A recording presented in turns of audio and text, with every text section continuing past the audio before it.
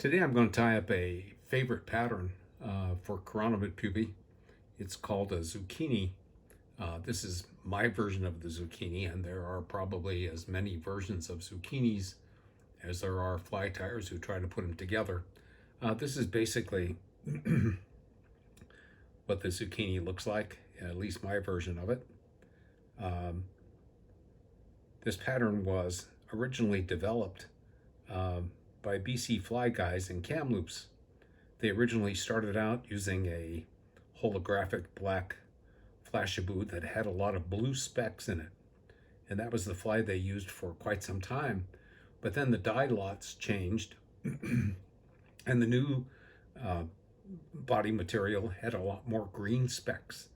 After a while, they found that it was maybe even more productive than the original. And because it had a green, dark greenish, blackish shine, much like the skin of a zucchini, they named it appropriately the zucchini. It's tied, as you can see here, on a number of different kinds of hooks, from a scud hook right here at the front, which is a size 10 Daiichi 1120 heavy-duty scud hook, to in the middle, a Daiichi 1760 size 14 curved nymph hook, to the hook I'm going to use and the one I really like the most, which is the size 10 Tiemco 2499 BL. You can see just by looking at these flies that the 2499 has one heck of a gap for good hooking possibilities. So let's get started with the fly. I've put in the vise a size 10 2499 barbless hook, and over that I've placed a size 7/64 white tungsten bead. I've also attached the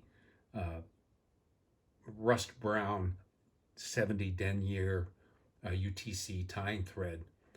You can use probably 140 denier if you want to perhaps build up your body faster. I just get a good feeling from the 70 denier, so that's what I use. The other materials for the fly, and the one thing that's common in all the variations of the zucchini, is the body material.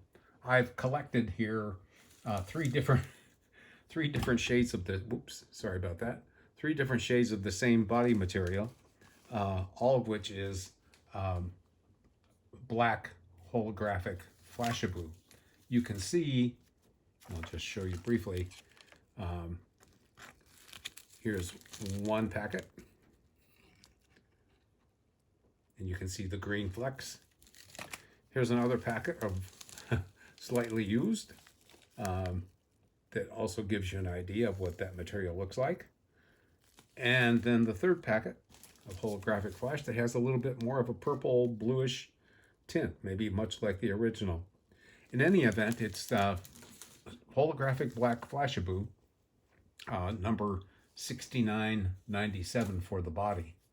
For the butt section, I like to use a holographic red flashaboo, which is flashaboo number 6996. And this will give you an idea of how nice and flashy that material really is. 6996 holographic red. For the wiring, Brian Chan in Kamloops suggested to me to use an amber wire, and that has proved really consistent and very helpful. You can also use the original pattern called for a holographic red flashaboo rib, but obviously it isn't as durable.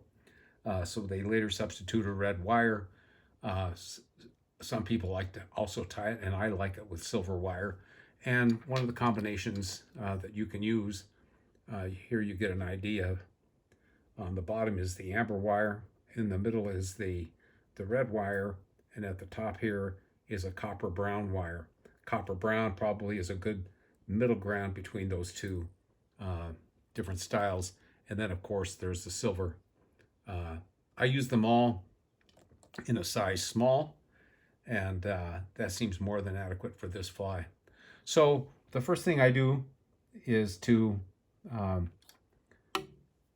tie in the ribbing wire and the butts material at the same time. Well, not exactly at the same time. I tie in the copper wire rib first,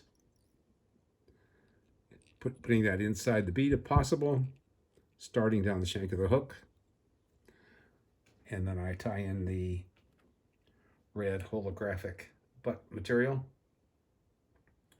right together, and build just a little bit behind the bead. Take those two materials down the near side of the hook, winding them to the bend. You can stop this fly right here and have a very nice straight shank hook, straight shank fly. I like to take it just a little bit into the bend, give it a little bit of curvature, and stop about there. Those materials up.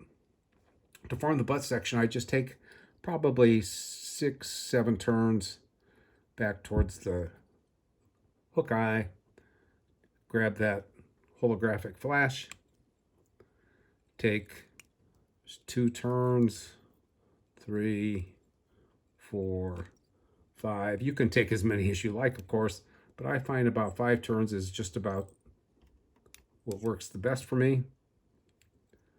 And it makes a really nice shiny red butt. The butt, I assume, to the fish represents a the residual of the whole the blood red material from the hemoglobin in the natural. Even if it doesn't represent that, it makes for one heck of a hot spot. After having tied that butt section in, I'll take, you can use one strand if you like. I like using, on a bigger fly, the size 10s, I like using 2 strands of the holographic black flashaboo. I match up the ends and fold them around the thread like so, bringing the ends together the best I can so they don't slide out while I'm wrapping the body, as often happens. I'll bring that fold down, tie it in 1 or 2 wraps tightly, and then bring the thread forward to begin shaping the body. And we'll take that to the bead, counterclockwise the thread, looking down from the top, counterclockwise the thread until we see it flatten out, feel it flatten out. You can see it there. We'll take that back, forming a nice flat thread body all the way to the tie-in point. Just for consistency's sake, come back up again. Since this is a big fly, you're probably going to take 3 or 4 full body winds with your tying thread, and that's okay. You can also use uni stretch underneath. I just have trouble with uni stretch, and it's probably because I don't use it enough and practice with it enough. But it's a stretchy, floss-like, thread-like material that would help you build up a faster body without going through what I'm doing right now. For me, it always leaves a lumpy body. I never quite get it just right. So I like my thread, and that's my story, and I'm sticking to it.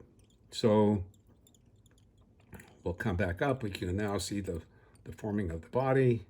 Make our last few turns to get that thorax set. A couple wraps behind the bead.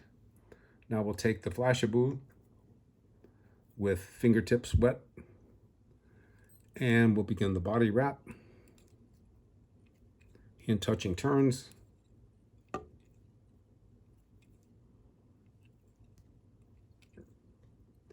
Take it to the bead, bring that thread over, take a couple of locking turns,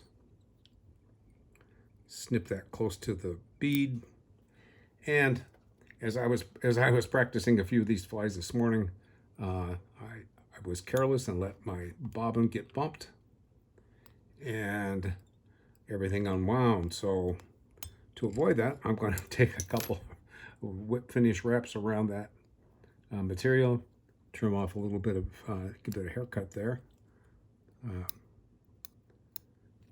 My tire is leaving too much of a butt section there.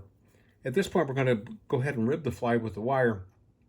I know that the wire wrap around the butt section may not look all that natural, but it sure as heck provides some more durability for the fly. So we're going to take 2 wraps through the butt section. 3, 4, 5, 6, 7. Half a wrap more for 8. We'll call it 8. 7.5. How's that? You want somewhere between 6 and 8 wraps because the natural Chironomid pupae body has 9 segments. Having formed that bit of a thorax there, we'll apply the whip finisher, creating a nice brown collar that suggests the wing buds. Come in there close, trim it up nice and tight. And at this point, I like to apply Solar Res or some other UV product if you like. Solar Res happens to work for me. So I'm going to go ahead and just give this a brief coat. This material is pretty fragile and the trout eat them up. So you need at least 1 coat, at minimum 2, I would think, of Solar Res, or a coat of Solar Res and your other favorite coating of choice. It can be Sally Hansen's Hard as Nails, some super glues, you name it. You can probably do it. One of the things I've done recently is I just stuck a toothpick in a cork, and it helps me to spread that resin out so that the fly isn't completely coated to the point where you can't see the thread underneath, or the body materials underneath rather, or the wire ribbing. It just kind of spreads it out a little bit. I get to put the more resin where I want it. After I'm satisfied, go ahead and hit it with the lamp and use that rotary feature of the vise to just kind of make sure that the UV is set. I'll come back later after I've tied a dozen or so. I'll come back later and apply some super glue and really strengthen those bodies. These flies work exceptionally well. And in this case, and this is a size 10, as I pointed out, I can tie them down to 14s pretty effective. Well, you can tie them down smaller, but I haven't used anything smaller than a 14 because of that shiny blackish greenish body. I think you'll find this fly works under a number of situations. I hope you enjoyed today's tying session. I hope to do something else in the near future. Let me know if you have any questions or issues. Thanks. Bye.